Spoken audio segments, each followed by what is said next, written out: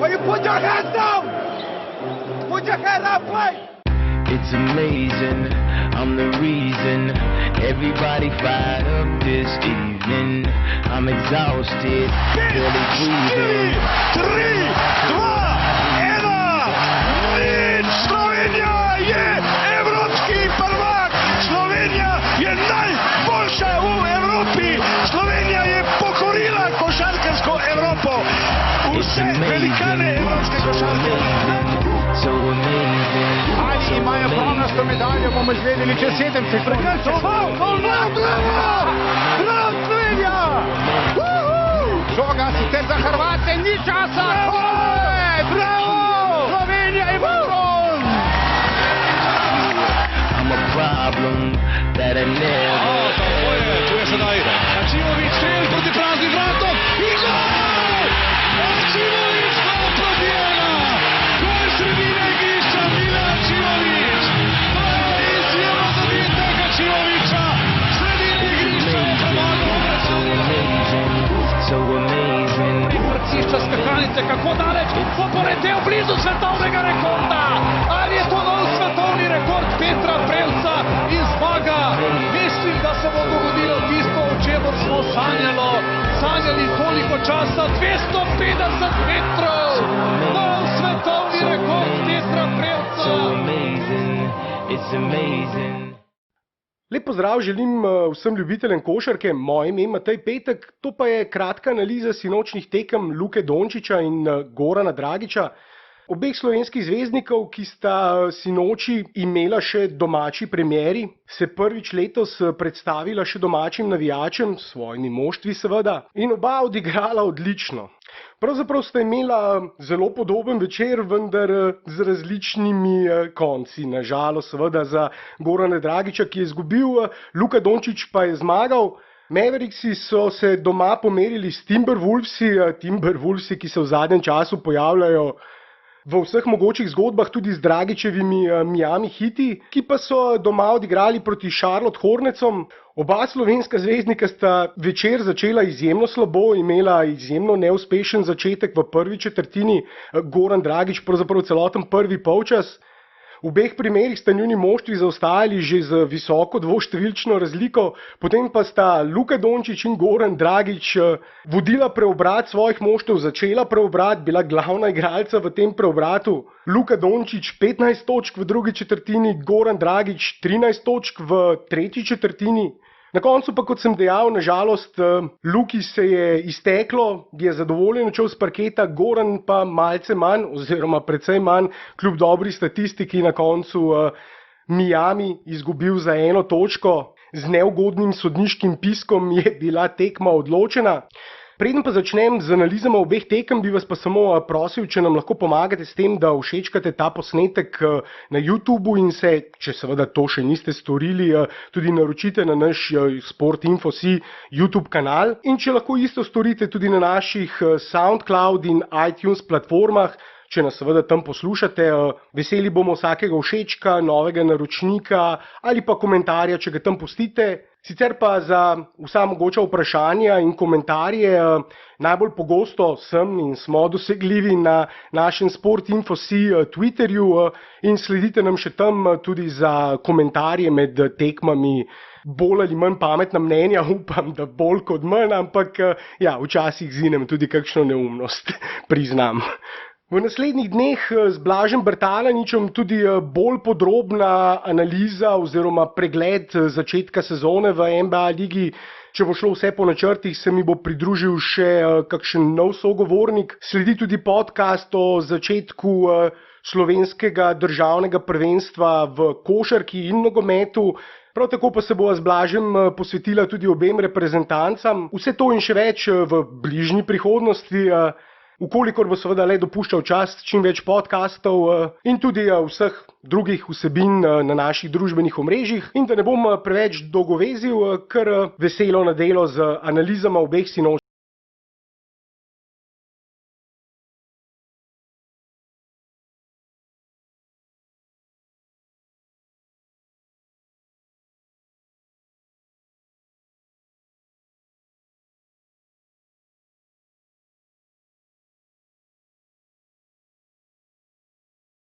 Začnimo z Luko Dončićem.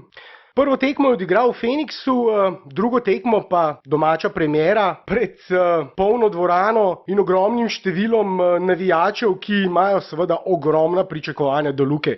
O tem hajpu, ki se ustvari okoli njega, smo ogromno že govorili v zanj zdaj domačem Dallasu. Vsi upajo, da bo postal dostojen naslednik Dirka Nowitzkega, naslednja velika legenda, in to upa tudi njegov trener Carlisle, ki je že treniral pred njim ne samo Dirka Nowitzkega, vendar ko je bil v Portlandu, je tam kot pomočnik trenerja treniral tudi Dražena Petrovića. In ja, prav vprašanje je, ali je možno, da en trener trenira tri največje zvezdnike evropske košarke v zgodovini. Dražena Petrovića, Dirka Nowitzkega in sedaj še Luko Dončića. Ali bo Luka Dončić dosegal nivo teh večnih, nesmrtnih legend? Namreč Luka je zelo polemičen igralec. Kar je zanimivo, po tisti prvi tekmi v Phoenixu so se seveda takoj oglasili kritiki, ki so prepričani, da bo Luka propadel, da bo bust v NBA ligi. Na drugi strani pa seveda zdaj po tej drugi tekmi pa hype na vseh družbenih omrežjih. Luka je naslednji LeBron, Luka je boljši kot LeBron. Torej pretiravanja v obe smeri. Ogromno je takih, predvsem tistih iz vrst college, NCAA vod, igralcev, trenerjev, vsaj na družbenih omrežjih, ki mislijo, da bo Luka, oziroma da ne bo Luka v NBA ligi uspel in da bo podpovprečen igralec, nekateri pravijo celo bust. Na drugi strani pa seveda ogromno takih, ki verjamejo pa, da bo postal veliki superzvezdnik in povedal to franšizo, tako kot Dirk Nowitzki, do novih višav, do morebitnih naslovov. In obe skupini sta imeli po teh prvih dveh tekmah, tisti v Phoenixu in potem sedaj te domači, dovolj materijala za glodanje. Zanimivo, skoraj ni takih, ki pravijo, da bo Luka povprečen igralec. Na spletu, na družbenih omrežjih bitke bijajo samo tisti, ki trdijo, da bo bust, ali pa tisti, ki pravijo, da bo superzvezdnik. Tistih vmes ni. In zanimivo je, da je bil tudi začetek Luke seveda tak, da je na eni tekmi odigral precej slabo, na drugi dosti boljše, čeprav seveda tista prva tekma v Phoenixu bila specifična. Recimo tudi Phoenix danes po noči je gostoval v Denverju, odigral precej slabše, izgubil za skoraj 30 pik, tudi Ayton še slabše kot recimo Luka na prvi tekmi. Jokić ga je pošolal, Ayton je pokazal vse svoje slabosti v obrambi, tako da tudi dvoboj za novinca leta je po teh dveh tekmah sedaj že spet povsem neodločen. Če je Ayton na prvi tekmi doma nadigral Luko, povedal po tej prvi tekmi v tem boju za novinca leta, je sedaj Luka izenačil. In tako bo verjetno celo sezono. Oba bosta verjetno nihala v igrah in tudi lahko domnevamo, da se bosta izmenjevala na tem prvem mestu favorita, recimo v dvoboju za novinca leta. In tako kot se je Ayton doma svojim navijačem predstavil na najboljši možen način, se sedaj Luka doma svojim navijačem predstavil na najboljši možen način. Kot rečeno, tekmo je začel zelo slabo, pravzaprav z 2 izgubljenima žogama in 3 zgrešenimi meti. Deloval malce raztreseno, morda imel tudi nekaj treme, vendar ena izmed kvalitet Dončića je seveda njegova izjemna samozavest in to je pokazal tudi na tej tekmi, se ga ta slab začetek ni zmedel. Tudi celotno moštvo je igralo slabo, ogromno izgubljenih žog, ogromno prejetih košev po teh izgubljenih žogah. In Minnesota hitro povedla. Minnesota, ki je, to je potrebno omeniti, igrala brez Jimmyja Butlerja. Jimmy Butler je to tekmo počival v navednicah. O drami z Jimmyjem Butlerjem sta z Blažem spregovorila že v prejšnjem podcastu, ki ga lahko seveda tudi poslušate, če ga še niste. In še vedno verjetno je Miami tisti najbolj mogoči cilj Jimmyja Butlerja. Do te menjave bo prej ali slej tudi prišlo, ko bodo določili končno in se uskladili za pravo ceno, ampak do takrat bo Butler še igral v Minnesoti, vsi bomo to dramo še naprej spremljali, bo igral ali ne bo igral, verjetno bo tudi počival tako kot to tekmo. V vsakem primeru mu bo Thibodeau, trener, ugodil vsaki njegovi prošnji, ker je najboljši igralec Minnesote, v tem ni nobenega dvoma in brez njega so oni precej slabše moštvo. Če bi na tej tekmi Butler še igral, bi bil verjetno izid drugačen, vendar na drugi strani tudi pri Dallasu še vedno manjkata Barnes in tudi Nowitzki. in Barnett bo predvidoma še vedno prvi strelec moštva, tako da če bi igrala tudi one dva in bi igral na drugi strani Jimmy Butler, bi to zopet uravnotežilo zadeve in morda bi bila tekma podobno izenačena, kot je bila ta nocojšnja. Na koncu 136 proti 140 Dallas zmagal. Na začetku te sezone, to lahko še omenim, o tem tudi več v enem od prihodnjih podkastov, ampak moštva igrajo izjemno hitro. Priča smo bili že nekaj izjemno visokim izidom. Ne verjamem, da bodo moštva lahko še naprej igrala tako hitro. Recimo Lakersi so prvo tekmo z LeBronom odigrali celo najhitrejšo tekmo v zadnjih 10 letih in LeBron je odigral najhitrejšo tekmo v celotni svoji karieri. To je samo en primer. Vsa moštva igrajo neprimerno hitreje. Če sem bolj konkreten, recimo, lani so najhitrejša moštva odigrala približno 101 napad na tekmo.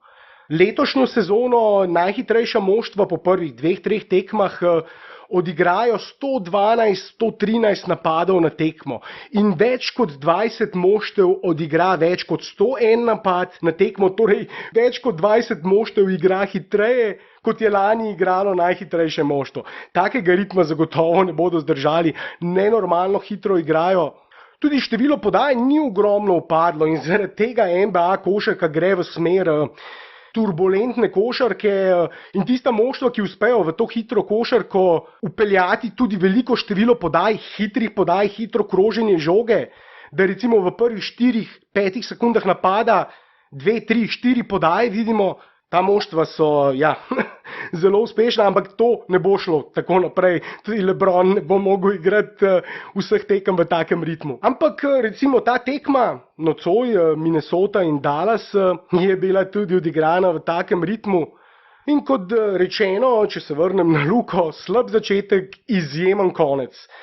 Po tistem že omenjenem slabem začetku, 3 zgrešeni meti, 2 izgubljeni žogi, mimogrede tudi te izgubljene žoge sem opazil in boste videli recimo na naših omrežjih, ko bom objavil posnetke, zelo hitro Luki piskajo. Na prvi tekmi so mu piskali nošeno žogo, za katero moram reči, da gledam vse mogoče tekme in ne vem, kdaj sem nazadnje videl, da bi nekomu piskali tako nošeno žogo. To tekmo pa tudi so mu piskali take korake, ki res da je premaknil stojno nogo rahlo, ampak niti ne premaknil celotno stojno nogo, ampak malo s prsti zamigel, tako bom rekel. In tudi takih korakov že dolgo časa nisem videl, da so nekomu piskali. Vendar to je ta rookie tretma, ki ga bo Luka zagotovo deležen še nekaj časa in ga je tudi psihološko premagal. Omenil sem že njegovo neverjetno samozavest, ki je na plan prišla v drugi četrtini. 15 točk, 4 meti iz igre, zadev 2 trojki, zadev obe trojki, 3 skoki in vseh 15 točk je dosegal pravzaprav v zadnjih 6 minutah druge četrtine. 8 točk v manj kot 2 minutah. Dončić je zablestel v svojem sijaju in domači navijači so bili v deliriju. Na Twitterju sledim novinarjem, ki so v živo spremljali tudi dogajanje in vsi po vrsti so ravno to omenjali, kako publika vsako potezo Dončića spremlja z odprtimi usti, ves čas slišimo vzdihe navdušenja ali pa razočaranja, če Luka slučajno zgreši. Celotna franšiza, res vsi upi franšize počivajo na njegovih ramenih. In nisem pričakoval, da bodo res tako veliko breme na njegova ramena položili že na samem začetku, vendar tudi lastnik, trenerji, igralci, vsi pač v medijih govorijo na Luki in tak način, da če ne bo uspel, je tako kot sem že omenil po prvi tekmi, takoj plas kritik, takoj, a to je ta veliki Dončić, ki smo ga pričakovali s takim navdihom in tako bo verjetno celo sezono. Po vsaki slabši tekmi val kritik, tako mimogrede tudi njegova mama je recimo imela tak mrzel tuš na tisti prvi tekmi na družbenih omrežjih, je po koncu tekme so zaokrožili posnetki, namreč od Luke mama je spremljala tekmo v Phoenixu. In ko Luki ni najbolj šlo, sedela je zelo blizu parketa, nek pijani navijač je pa takoj za njenim hrbtom se drl na Luko. Ayton is better than you, you suck. Fat Dončić doesn't play well. Ayton is the man, Dončić sucks ass. Vse mogoče klasične navijačke, ni mi treba zdaj naštevati vseh mogočih navijačkih in mami od Luke ga je imela pol no ja, vrh glave in se je obrnila, ga usmerjala in ko je on videl, da gre za mamo od Luke, se je potem hitel upravičevati, tako pijano in momljavo. Nekdo je tudi vse to posnel, ampak ona ga ni dosto šmerglala, ga je kar mu je dala, kako se temu reče, mrzu tretma, cold treatment, talk to the hand varianta. Tako da to je življenje zvezdnikov v NBA. Če ne igraš na najvišjem nivoju, si hitro spljuvan, tako da se ti ni treba niti stuširati. Ampak tega se ni treba bati Luki, vsaj ne po nocojšnji tekmi, s katero si je zagotovil ogromno kredita. Dallas je v prvem polčasu zaostajal že za 15 točk, kot rečeno, Luka začel preobrat. Tudi DeAndre Jordan v drugi četrtini 8 točk, predvsem one dva sta odlično sodelovala. In Dallas je že do odhoda na odmor poravnal izid, odšel na odmor z izenačenim izidom. Po prvi četrtini, kjer jih je Minnesota povsem nadigrala, kjer so naredili tudi ogromno napak v obrambi, ne samo v napadu, in prejeli kar 46 točk, so potem v drugi četrtini odigrali precej bolje na obeh straneh parketa, ne samo v napadu, tudi v obrambi, in dovolili samo 23 točk, na drugi strani dali 32 točk in, kot sem dejal, izenačeni odšli na odmor. Luka pa potem v tretji četrtini in zadnji četrtini še naprej odlično. Na koncu tekme je preko Derricka Rosea, ki je odigral v slogu izpred 6-7 let, izpred njegovih težkih poškodb, ki so povsem presekale njegovo kariero. Rose je spomnil na tej tekmi na tiste dobre stare čase, ampak v samem zaključku tekme sta si tudi z Luko izmenjevala koše, namreč Luka je ravno preko Rosea zadel 2 izjemno pomembna meta v zadnjih minutah ob izteku tekme. Potem je pa zadnjo žogo po izenačenju ves čas sta se moštvi izmenjevali v vodstvu, na tekmi kar 11 menjav vodstva, 9krat sta bili pa še izenačeni, celoten drugi polčas smo gledali enkrat eno moštvo, drugič drugo od spredaj. Ostrostrelski obračun v slogu divjega zahoda, Taj Gibson po košu Luke izenačil, Luka je tudi izsilil izjemno pomembno osebno napako v samem zaključku tekme na Karl Anthony Townsu, ampak v zadnji napad sta moštvi odšli poravnani, žoga je pripadla Dennisu Smithu Jr. Jaz sem pričakoval, da jo bo Luka dobil, glede na to, kako je igral, kako odlično in zanesljivo je igral v samem zaključku tekme, vendar Dennis Smith je vendarle eno leto starejši in ima napram Luki ta veteranski status, ki si ga bo Luka moral še izboriti, mogel si bo zaslužiti to zadnjo žogo. Mislim, da si jo je sinoči, ampak ni Smith slabo igral, ampak Luka je bil še boljši. Kot rečeno pa zadnji napad, Dennis Smith 1-1, koš s pol razdalje in še osebna napaka, 3 točke prednosti in zmaga Dallas Mavericksov. Luka na koncu igral kar 36 minut, največ med vsemi igralci Dallasa, met 8-16, 50%, 26 točk za 3-4-9, odličen 44,4%, temu je dodal še 6 skokov, 3 podaje, 2 ukradeni žogi in 1 blokado, zopet precej izgubljenih žog, 6 izgubljenih žog. Že prej sem povedal, nekaj teh izgubljenih žog je res, malo se popravskaš po glavi, kaj mu sodniki dosodijo, ampak malce gre tudi za klasično nepazljivost, kakšno neumnost Rukija, tudi na ta račun gre kakšna izgubljena žoga na račun privajanja, ampak mislim, da tukaj ni zaenkrat nič potrebno dramatizirati. Recimo z izjemo ene izgubljene žoge v samem zaključku tekme, Luka še vedno preveč razmišlja kot pass first igralec, kot igralec, ki najprej išče podajo. Zaenkrat se zdi, da vsaj na začetku sezone želijo, da bo Luka bolj scorer, bolj strelec, bolj tisti, ki bo dosegal točke. In v neki situaciji na koncu tekme je recimo 1-1 igral proti Wigginsu, prišel v post, ga tudi izigral, imel priložnost za en floater z 2,5 metrov, 3 metrov, mogoče celo skok, šut, odprl je prostor, ga je spravil v zrak Wigginsa, ampak se ni odločil za met in je raje podal na ven in izgubil recimo to žogo. Ravno Rose jo je vzel in dosegal koš. In v tistem primeru bi recimo mogel iskati koš. Je pokazal tudi 1-1 na tej tekmi, dosegal točke na vrsto različnih načinov, s trojke, s pol razdalje, izpod obroča. In kot sem dejal, želijo v Dallasu vsaj glede na to, kako igrajo in tudi, če sklepam potem, kaj je recimo povedal glavni trener in tudi pomočniki trenerja v različnih pogovorih, da želijo, da je Luka bolj agresiven pri iskanju lastnega meta, ker za playmaking imajo oni kar precej igralcev in to je seveda vprašanje, ki ga bomo spremljali celo sezono. Pred sezono so v glavnem hajpali, govorili o njegovem playmakingu, podajah, seveda tisto, kar smo vedeli že v Evropi, Luka Dončić, Mozart pick and roll maestro. In tudi odigral že nekaj čudovitih pick and rollov z DeAndre Jordanom.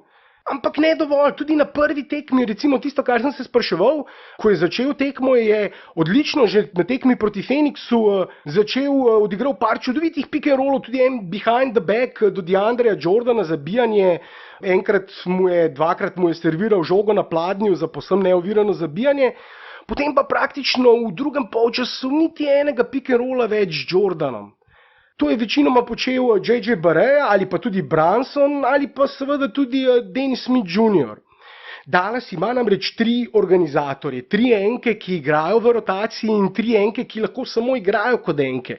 Luka pa, kot vemo, lahko igra na 1, 2, 3, 4, to je tudi Karla rekel, njegov položaj je na parketu. 1, 2, 3, 4, ni važno kaj, na parketu je njegov položaj. In zaenkrat se to tudi kaže, tudi na nocojšnji tekmi je Luka igral na celi vrsti različnih položajev, ampak najmanj oziroma precej manj seveda od pričakovanj kot tisti klasični organizator. Vedno je recimo tisti sekundarni playmaker, Luka nikoli ne prenaša žoge, razen če ne gre za kakšno tranzicijo, da ujame skok in potegne v tranzicijo, ampak ko gre za organizirane napade na postavljeno obrambo, vedno žogo prenaša Dennis Smith Jr. ali pa ko Luka igra v drugi peterki J.J. Barea in tretji play Brunson. Luka igra tudi v peterkah z J.J. Barejo in Brunsonom.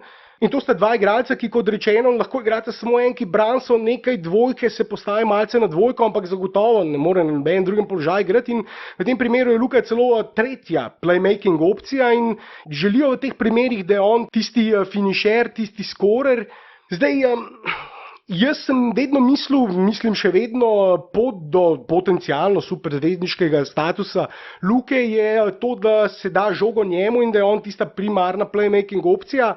Ampak do tam je še daleč in bomo videli, kako se bo vse razvijalo, vendar glede na to, koliko so hajpali, koliko so govorili o njegovem playmakingu, o njegovi pick and roll igri in kako uspešen pravzaprav je v teh situacijah, ko igra pick and roll, sem pričakoval, da bo več tega igral, ampak zaenkrat ne. In to se tudi odraža trenutno v manjšem številu, nižjem številu podaj, kot smo verjetno pričakovali. Čeprav glede na prikazano in uspešnost Luke Dončića v pick and rollu z Jordanom in kako pravzaprav nezaustavljivo deluje ta pick and roll, pričakujem, da bo število odigranih akcij med njim in tem centrom kmalu precej večje. In posledično seveda tudi število podaj Dončića. Toda število podaj po tej fantastični predstavi Dončića nihče ne gleda. Navijači Dallasa si zadovoljstvo manejo roke in razmišljajo o potencialu, o tem, kako se tudi ne samo Dončić, tudi 20-letni Dennis Smith Jr. lahko skupaj razvijeta. Tudi DSJ je na koncu dobro odigral tekmo, tudi on je namreč slabše začel, na koncu pa 19 točk, med 7-14. 6 podaj, 3 skoke, zopet slabo za 3, 1, 6 med za 3 in to je tista stvar, ki je lahko problem pri igri med sodelovanju med Dončićem in Dennisom Smithom Jr. Namreč Luka lahko igra brez žoge precej bolje in o tem sva tudi z Blažem že ogromno spregovorila. Gre namreč za podobno situacijo kot v Real Madridu z Campazom. Dennis Smith Jr. namreč ne meče dobro za 3 točke in zato seveda brez žoge kot tisti, ki širi prostor, ni tako koristen kot Dončić, ki pa ga ne smeš samega pustiti na trojki. Namreč njegovi obrambni igralec, ki ga pokriva, ima še vedno to tendenco, da ga pušča samega, pomaga na igralcih, ki prodirajo, ki igrajo žogo in oži prostor za Dončića, DeAndreja Jordana, vse ostale igralce. Zato seveda ni najbolj primeren igralec za sodelovanje z Dončićem. Podobno kot recimo Wade ni najbolj primeren igralec za sodelovanje z Dragićem. Kmalu se bom na Dragića in Miami namreč spravil. Namreč taki igralci, ki so zelo dobri žogo, ki dobro prodirajo, iščejo strelce na zunanjih položajih, seveda potrebujejo strelce na zunanjih položajih, ne pa igralce, ki so slabi za tri, ker namreč potem to ne odpre nobenega prostora, ker obrambni igralci pomagajo, zgostijo obrambo v prostoru pod obročem, ker puščajo tiste, ki so slabi za tri same. In zato, da bo Luka več igral žogo, bo moral tudi Dennis Smith Jr. bolje metati za 3 točke. No, sedaj se pa podajamo še na vzhodno obalo v vroči Miami in poglejmo, kakšen večer je za Goranom Dragićem in njegovimi hiti.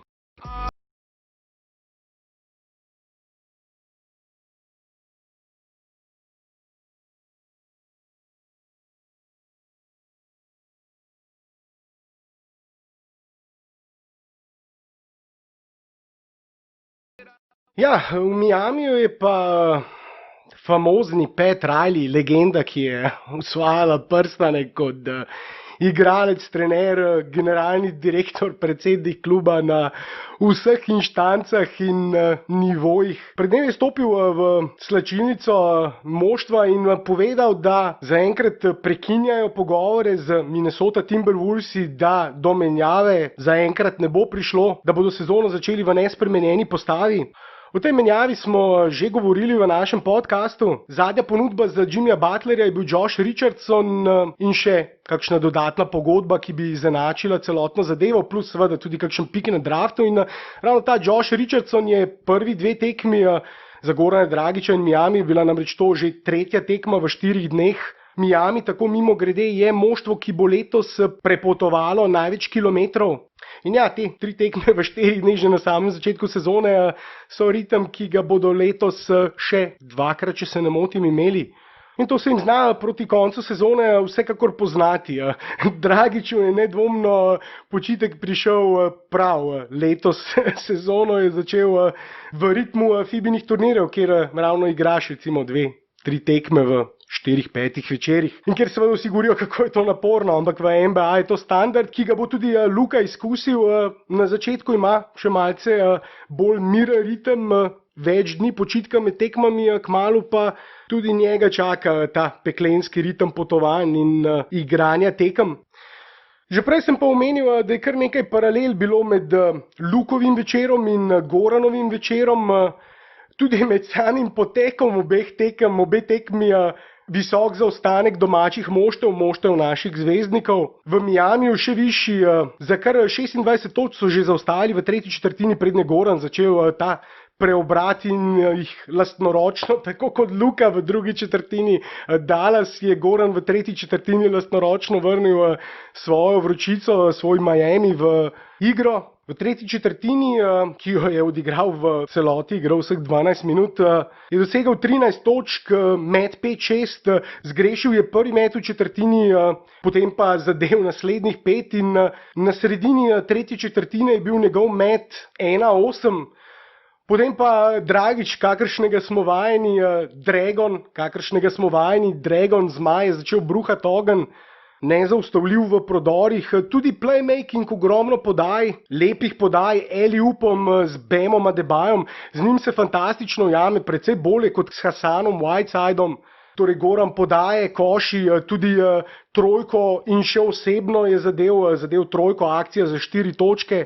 In ja, vrnil Miami v igro, izenačena zadnja četrtina oziroma Miami ves čas 2-3 točke za Charlottom, za Hornici, kjer je odlično igral Kemba Walker, tudi na začetku sezone eden izmed teh, ki se pojavljajo, prav tako že celotno lansko sezono v vseh mogočih trade govoricah in zelo motiviran, vrgel tudi 31 metov na koncu, sicer 39 točk, ampak ja, 31 metov, toliko Dragića v karieri ni nikoli vrgel.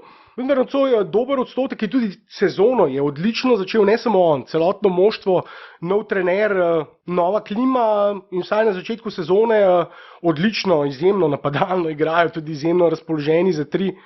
Miami pa še vedno poskušajo igrati hitreje, igrajo hitreje kot lani, recimo, kot sem že dejal, vsa moštva pravzaprav igrajo hitreje. vendar še vedno njihov forte, njihova default pozicija je obrambna igra na postavljeno obrambo. Čeprav seveda, ko Dragić kuha, ko on žge, ko on bruha ogenj, je ponovadi to igra v tranziciji, ne samo igra v tranziciji, kjer v proti napadov, pravzaprav takih klasičnih, kjer bi lahke koše dobival, ne dobiva v Miamiju, ampak tranzicija, kjer zaključuje med 3-4 igralci, kjer ti sapo vzamejo koši, kjer se samo vpraša, kako za vraga je pa to spravil do obroča, ampak če je Luka Mozart pick and roll maestro, je pa Dragić Mozart prodorov, maestro v prodorih, njegov footwork je izjemen in prodori, tehnika, polaganja, mehka rokca in seveda izjemno dolga roka, ki lahko položi čez centre. Vse to je danes funkcioniralo, ne v prvem polčasu, v drugem pa odlično. Na koncu v zadnji četrtini tudi Wade se prebudil, zadev 2 izjemno pomembni trojki, potem zgrešil 2 trojki. In to je tisto, recimo, nekaj sem že omenil, ta kemija recimo med Dennis Smithom Juniorjem in Dončićem in povlekel paralelo med Dragićem in Wadeom. Zaradi tega Dragić in Wade tudi ne pašeta skupaj, Wade potrebuje žogo in že celotno kariero izjemno slab za 3 in zaradi tega recimo Goran Dragić pogosto stoji v kotu, medtem ko Wade igra žogo, igra pick and roll, ker prosto Wadeov obrambni igralec ve, da Wade ne bo vrgel trojke, če jo bo vrgel, jo bo v 99% primerov, malce pretiravam, ampak ne dosti, zgrešil. In zaradi tega njegov obrambni igralec vedno pomaga. Že v teh 3 tekmah smo videli že ogromno takih situacij, ko sta Dragić in Wade skupaj na parketu in če Dragić igra žogo, na recimo tekmi proti Washingtonu je bila točno taka situacija, kjer je bil wall na Wadeu in je že vnaprej vedel, da brez veze, da ga pokrivam, Goran je šel prodor, praktično istočasno je šel wall pomagati na tem prodoru in ga tudi odlično zaustavil, ker je Goran seveda preigral svojega igralca, potem wall zaustavil Gorana, ker je vedel, da ni nobene nevarnosti strani Wadea. Zato pač Wade pogosto igra žogo, Goran pa širi prostor, ker dejansko njega pa obrambni igralec ne sme pustiti. Zdaj, na začetku sezone odlično podaja, tudi nocoj 7 podaj, samo 1 izgubljena žoga. Na koncu tudi 20 točk, v drugem polčasu odličen procent meta, v prvem slabši. Še 4 skoke in, kot sem dejal, 7 podaj, samo 1 izgubljena žoga in tudi razmerje med izgubljenimi žogami in podajami Gorana je na začetku sezone izjemno, medtem ko razmerje med izgubljenimi žogami in podajami moštva je pa precej slabše. In to je ena stvar, ki se seveda zdaj na začetku sezone že kaže. Erik Spoelstra je že povedal, da bo Goran letošnjo sezono še več časa igral brez žoge. Več časa kot lansko sezono, da bodo napade začenjali in organizirali, da bo to počelo 7-8 igralcev, ima zeleno luč, da prenese žogo, začne napad in da tudi igra žogo. Posledica tega, da imajo ogromno število tako imenovanih playmakerjev, igralcev, ki začenjajo napade, ki igrajo žogo, je tudi ogromno število izgubljenih žog moštva. Goran je najbolj zanesljiv, najmanj izgublja žogo in ob tem izbere največ podaj na prvih 3 tekmah sezone. Podobno tudi drugi igralci podajajo, ki pa so precej bolj nespretni in neprevidni žogo, izgubljajo precej več žog in Miami prejema ogromno točk po izgubljenih žogah, tudi na tej tekmi. Nocoj prejel kar 27 točk po izgubljenih žogah, 16 izgubljenih žog. Že spet, Goran samo 1. Posledica, logika bi bila, da bi več časa igral žogo, ampak Spoelstra goji malce drugačen sistem in več playmakerjev, to je zdaj stil v igri. To so tudi prednosti, če so te playmakerji dobro igrani, če je moštvo dobro igrano in če seveda po neumnem ne izgubljajo žog, kar pa zaenkrat pri Miamiju še ni stvar, namreč nimajo ravno playmakerjev na nivoju Gorana. Goran je edini pravi organizator v moštvu, medtem ko recimo Dallas, sem že rekel, igra z 3 organizatorji, recimo s 3 enkami, klasičnimi, tradicionalnimi enkami. Goran je v Miamiju edina tradicionalna, klasična enka, čeprav tudi Gorana v zadnjih letih ogromno usmerjajo bolj v ta combo guard, v igralca, od katerega pričakujejo, da bo več metal, da bo več zaključeval, podobno kot od Luke, kar sem pa tudi že omenil. Ampak ja, na koncu, da se vrnem na tekmo, po čudežu je Wade zadev 2 pomembni trojki v samem zaključku tekme, potem tudi zgrešil 2 pomembni in po tisti drugi zgrešeni, grdo zgrešeni, je pa dobro predvideval, kam se bo žoga odbila, pobral svoj odbitek in lepo zaključil s polaganjem, izenačil zadnji napad, je vzel Kemba Walker, nad katerim so pa piskali sodniki v zadnji sekundi po njegovem prodoru, osebno napako, ki pa ni bila. Takih osebnih napak se nekaj desetink pred koncem tekme, praktično ob zvoku sirene, preprosto ne piska. Kemba je želel izsiliti osebno napako, dobesedno skočil v obrambnega igralca, izvrstnega Magruderja in sodniki so mu mnogo prepoceni dosodili ta dva, poklonili pravzaprav ta dva prosta meta. On je enega zadev, drugega namerno zgrešil, ura se je iztekla in tekma je bila odločena. In tako na začetku sezone, to zdaj že drugi poraz, 1 zmaga za Miami. Bomo videli, da ne bo to, kot sem dejal, Pat Riley je rekel, da so pogovori zaenkrat končani, ali lahko taki porazi povzročijo to, da se bodo pogovori hitro začeli. Mislim, da preprosto Miami potrebuje Gorana Dragića in Jimmyja Butlerja za to, da lahko stori korak naprej, za to, da se lahko bori za tista najvišja mesta v vzhodni konferenci.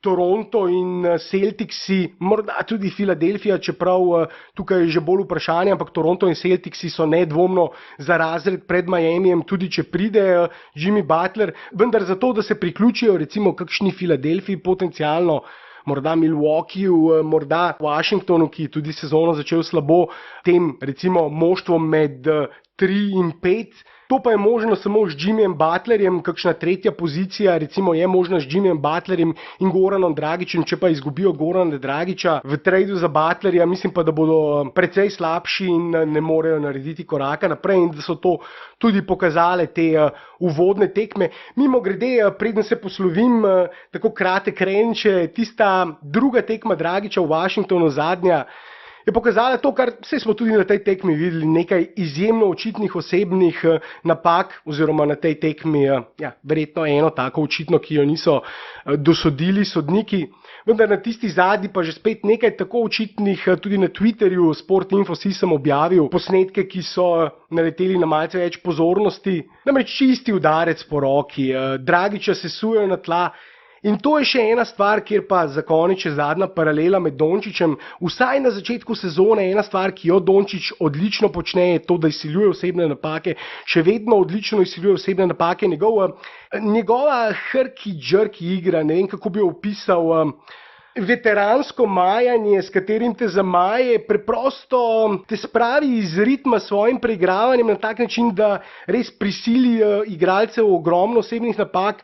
Tudi na pripravljalnih tekmah, tudi sedaj na začetku sezone, in če mu bo uspelo to, da bo tako kot je v Evropi na hardenovski način izsiljeval in spravljal v obup obrambne igralce z izsiljenimi osebnimi napakami, če bo to tako še naprej počel tudi v NBA, potem je to še ena stopnička na poti do tega superzvezdniškega statusa. Na drugi strani pa, zato sem se ob to še obregnil, pa Goran Dragić, njegov stil igre pa zgleda preprosto ni naklonjen temu, da tudi takrat, ko so izjemno očitne osebne napake, saj vsi verjetno, ki spremljate košarko, dobro veste, da posnetkov, slik, fotk Dragića, ki izgublja zobe in mu zraven piskajo še osebno napako, ki ima modrico kot roki, da mu je treba žiletko porezati, da lahko vidi, spustiti vso slabo kri, da lahko vidi, kot da profesionalni borec gleda po kakšnih tekmah brez zob, modricami povsod. Vendar preprosto ne dobijo prostih metov. Leto za letom je igralec, ki sodi med igralce, ki imajo med največ prodori na tekmo, zberejo največ prodorov na tekmo, med 3, 4, 5 igralcev, ki zberejo največ prodorov na tekmo. Vsi te igralci seveda tudi dobijo ogromno prostih metov, le Goran Dragić ne. Nekateri trdijo, da je morda njegova agresivna igra, ker išče kontakt, ker pogosto z ramo recimo išče kontakt, tako kot recimo kakšen LeBron James, Westbrook, da ta agresivna igra ni naklonjena ravno, je težko mu soditi, ampak ko govorimo o nedosojenih osebnih napakah nad Dragićem, govorimo res, lahko si pogledate na našem Twitterju Sportinfo, ali pa tudi na našem NBA Slovenija Facebooku posnetke teh čisti udarec po roki v tranziciji, kjer sodnik ne more zgrešiti. Jaz sem videl v živo, ko sem na telefonu gledal, sem videl, da je bila osebna napaka storjena. V dvorani so v zadnji vrsti dvorane videli, da je bila osebna napaka storjena, čisti udarec po roki. Sodniki so morali videti, vendar sodniška piščalka ostane nema. Sesujejo ga na tla, dva igralca ga več kot očitno udarita, pade na tla, sodniška piščalka nema. Res neverjetno je, kakšen problem ima z sodniškim kriterijem Dragić že celotno kariero in Dragić bo verjetno kljub vsem svojim uspehom in dosežkom ta večno podcenjeni igralec. Človek je All-Star, All-NBA, MVP Eurobasketa, ampak sodniki ga vsekakor ne spoštujejo tako, kot bi si zaslužil.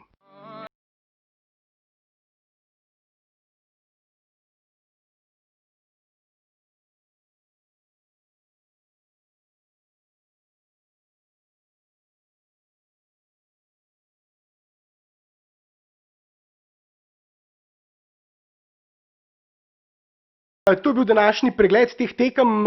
Dejal sem na začetku kratka analiza, na koncu je bila celo malce daljša. Upam, da vas nisem dolgočasil, upam, da sem bil dovolj zanimiv in da tele solo podcasti niso preveč moreči in dovolj poslušljivi, da so vredni vašega časa.